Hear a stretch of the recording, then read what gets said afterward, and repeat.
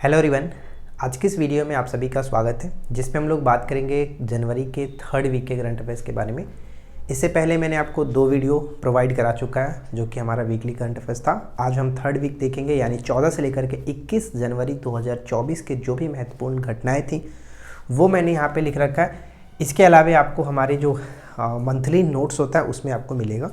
तो चलिए फिर इस वीडियो को शुरू करते हैं और इसमें जो भी चीज़ें बताई जाएंगी उनको अच्छे से याद रखें, इंपॉर्टेंट है। तो शुरू करते हैं। सबसे पहला आता हमारा यहाँ पे मलकानगिरी, ठीक है, मलकानगिरी कह सकते हैं या फिर मलकानगिरी। एक्चुअली यहाँ पे इसको मलकानगिरी ही पढ़िए। मलकानगिरी में एक नया एयरपोर्ट बनाया गया है। तो हो सकता है पूछा जाए कि मलकानगिरी जो है वो कहाँ पर है, किस स्टेट में। तो ये उड़ीसा में पड़ता है, ठीक है, उड़ीसा में ये पड़ता है और यहाँ पे हाल ही में एक नया एयरपोर्ट स्टार्ट किया गया। नेक्स्ट आता है बर्निहाट, ठीक है। बर्निहाट भारत का सबसे प्रदूषित शहर बताया गया हाल ही में एक सर्वे के अकॉर्डिंग। तो भारत का सबसे प्रदूषित शहर बर्निहाट किस स्टेट में पड़ता है? तो मेघालय में पड़ता है। और इस सर्वे में दूसरा जो रैंक मिला वो बिहार के बेगूसराय और तीसरा उत्तर प्रदेश के शहर नोएडा को रखा गया इसमें सबसे प्रदूषित शहरों में। और साथ ही साथ इसमें एक चीज़ मैं आपको और बता दूँ कि हाल ही के एक रिपोर्ट के अनुसार जो हमारा नागालैंड है, ठीक है, नागालैंड का जो शहर कोहिमा है वो मतलब ना के बराबर प्रदूषित शहर माना गया है। बिल्कुल प्रदूषित नहीं है, ना के बराबर माना गया। नेक्स्ट आता है हमारा दक्षिण कोरियाई कंपनी सिमटेक। ध्यान दीजिएगा, सिमटेक किस देश की कंपनी है? दक्षिण कोरियाई कंपनी है। ये सेमीकंडक्टर संयंत्र स्थापित करेगा भारत में। सेमीकंडक्टर संयंत्र भारत में स्थापित करेगा कहाँ पर? तो गुजरात के अंतर्गत, गुजरात में स्थापित करने की बात की गई है। मैंने यहाँ पे 16 जनवरी लिखा है, क्यों? क्योंकि 16 जनवरी को हम लोग राष्ट्रीय स्टार्टअप दिवस के रूप में मनाते हैं, इसको याद रखिएगा। 16 जनवरी को राष्ट्रीय स्टार्टअप दिवस।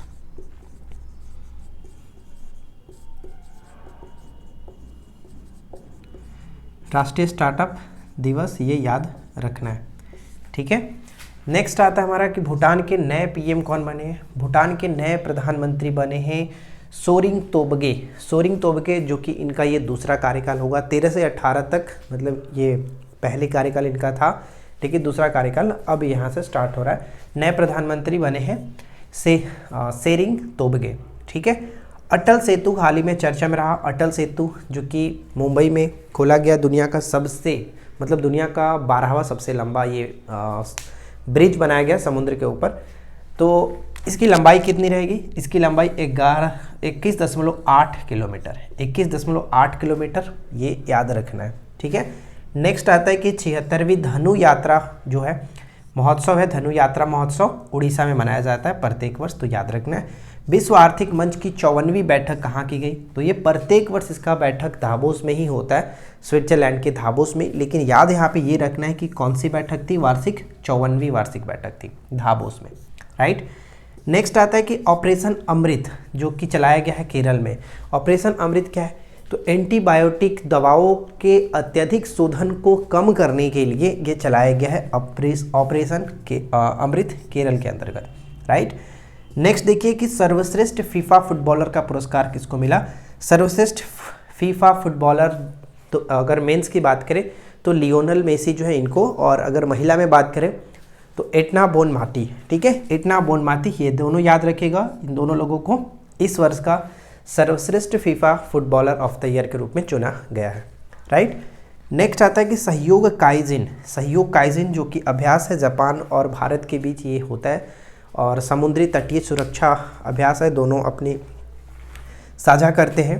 तो सहयोग काइजिन जो है वो जापान और भारत के बीच होता है। असम वैभव सम्मान से हाल ही में किसे सम्मानित किया गया? असम का सर्वोच्च नागरिक पुरस्कार इसको माना जाता है, असम वैभव सम्मान। हाल ही में 46वें जो हमारे न्यायाधीश थे, मुख्य न्यायाधीश रंजन गोगोई जी, ठीक है, रंजन गोगोई कह सकते हैं, रंजन गोगोई, इनको असम वैभव सम्मान से हाल ही में सम्मानित किया गया। तो ये अपने आप में एक इम्पॉर्टेंट क्वेश्चन बन जाता है, राइट फ्रेंड्स। नेक्स्ट आता है कि जम्मू कश्मीर में ऑपरेशन शक्ति लॉन्च किया किसने? ऑपरेशन शक्ति हाल ही में भारतीय वायुसेना ने लॉन्च किया, ठीक है। जम्मू कश्मीर में ऑपरेशन सर्वशक्ति लॉन्च किया गया भारतीय वायुसेना, इंडियन एयरफोर्स के द्वारा। कच्ची खजूर को हाल ही में जीआई टैग दिया गया। कच्ची खजूर को हाल ही में जीआई टैग मिला है कहाँ पर? गुजरात में। गुजरात के कच्छ जो जिला है उसके अंतर्गत ये हाल ही में जीआई टैग दिया गया। तो यहाँ तक कोई दिक्कत नहीं, अच्छे से सभी को याद रखिएगा। ऑपरेशन अमृत केरल में सर्वश्रेष्ठ फीफा फुटबॉलर महिला और पुरुष दोनों याद रखना है। बर्नी हाट कहाँ पर पड़ता है? मेघालय के अंतर्गत। सिमटेक किस देश की कंपनी है? दक्षिण कोरियाई कंपनी है। सेमीकंडक्टर संयंत्र स्थापित कराएगा गुजरात में। तो ये सब इंपॉर्टेंट है, याद रखेंगे। असम वैभव सम्मान रंजन गोगोई सर को दिया गया। नेक्स्ट आता है ग्लोबल फायर पावर इंडेक्स। देखिए ग्लोबल फायर पावर इंडेक्स क्या है कि वैसा देश जो कि अपने सैन्य पर ज़्यादा खर्चा करता है, मतलब जिसकी सैन्य शक्ति काफ़ी मजबूत है, उसको देख करके वो यहाँ पे एक इंडेक्स तैयार किया था। ग्लोबल फायर इंडेक्स में भारत का जो रैंक है वो 4th रैंक पे है। 4th रैंक, ठीक है। पूरे विश्व में भारत 4थे स्थान पर है। तो पहला कौन है? तो पहला याद रखना है कि आपका अमेरिका, दूसरा रूस, तीसरा चीन और चौथे नंबर पे हमारा भारत आता है। नेक्स्ट है कि Indian of the year award 2023 किसको मिला?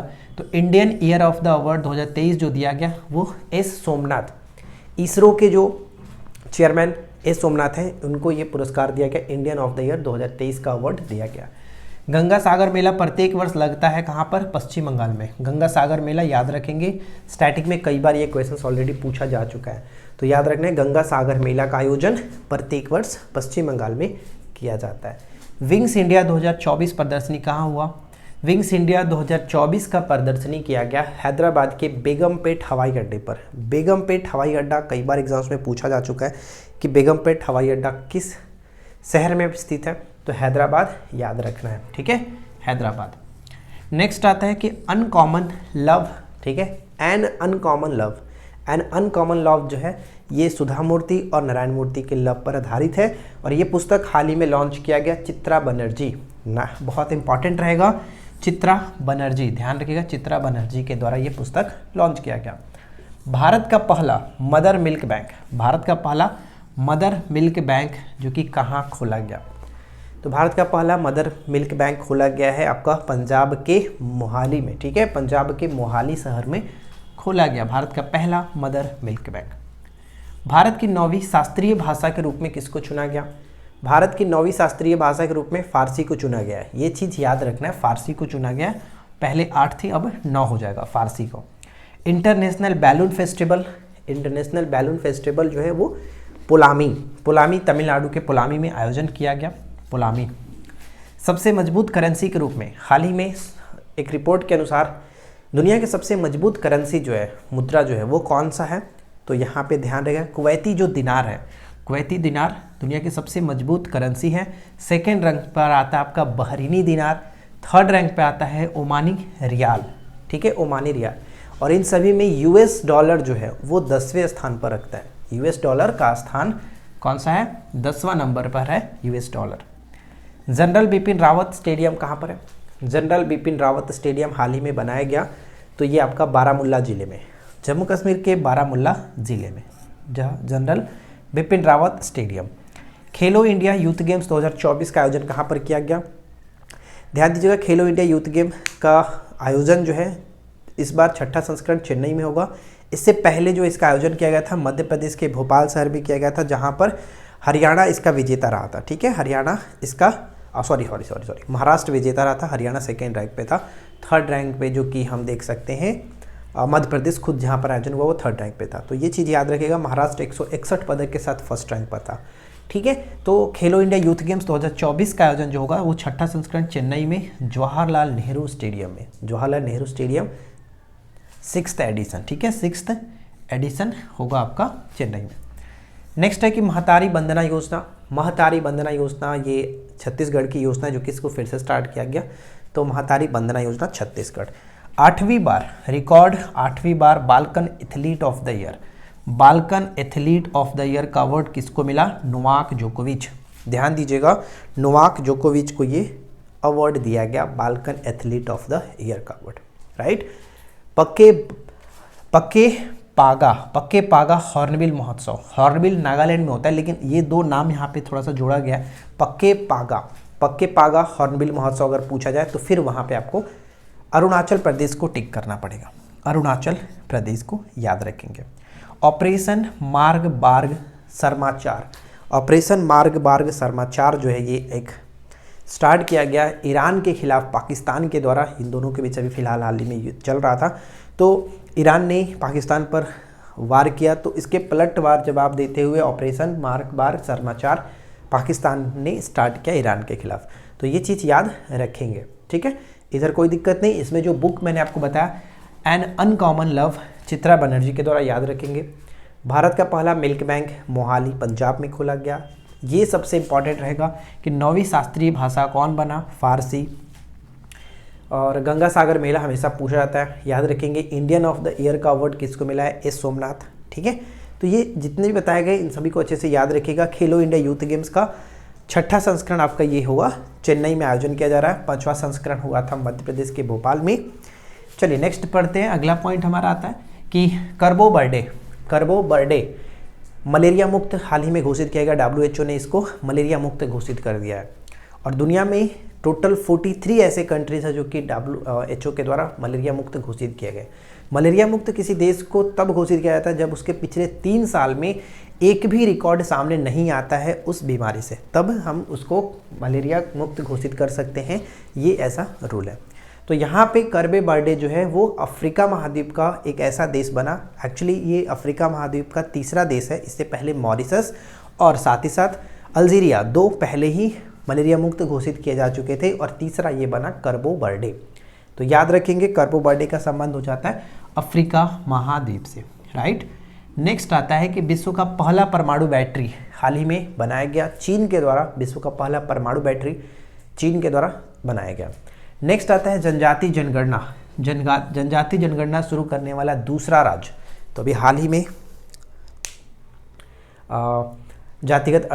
जातिगत जो जनगणना हुआ था वो तो बिहार में हुआ था, लेकिन यहाँ पे जनजाति जनगणना शुरू करने वाला दूसरा राज्य बना आंध्र प्रदेश। ये चीज़ याद रखेंगे। माई स्कूल माई प्राइड अभियान स्कूलों को, मतलब स्कूलों में बेहतर ढंग से सुधार के लिए आगे बढ़ावा देने के लिए ये स्टार्ट किया गया माई स्कूल माई प्राइड अभियान को हिमाचल प्रदेश में। कहाँ पर, हिमाचल प्रदेश में इसको स्टार्ट किया गया, तो इसको याद रखेगा हिमाचल प्रदेश। किस देश का मून मिशन स्नाइपर ने चंद्रमा पर लैंडिंग सफलतापूर्वक की है? तो मून मिशन स्नाइपर ने चंद्रमा पर सफलतापूर्वक लैंडिंग किया, जापान का था ये मून मिशन स्नाइपर, ठीक है। तो यहाँ पर जितने भी प्रश्न मैंने आपको बताया इन सभी को अच्छे से याद रखिएगा। और मैं लास्ट में यहाँ पे थोड़ा सा मिस्टेक किया हूँ, ये 24 होगा, माफ़ी चाहूँगा, ठीक है। तो यहाँ पे मैंने सब कुछ अच्छे से आपको कवर कराया। उम्मीद है कि ये वीडियो आपके लिए हेल्पफुल रहेगी। और इससे पहले के जो भी वीडियो आपको प्रोवाइड कराए गए हैं मंथली, वीकली, उन सभी को अच्छे से फॉलो करिए। साथ ही साथ जो आपको एप्लीकेशन पे नोट्स दिया जाता है उन नोट्स को आप फॉलो कर लीजिए। प्रिंट आउट कराना हो तो करा सकते हैं, ताकि आप हमेशा रिविजन्स करते रहें, ठीक है फ्रेंड्स। आज की इस वीडियो में इतना ही। हम लोग मिलते हैं इसके नेक्स्ट वीडियो में नए टॉपिक के साथ। Thanks for watching, keep learning, have a good day.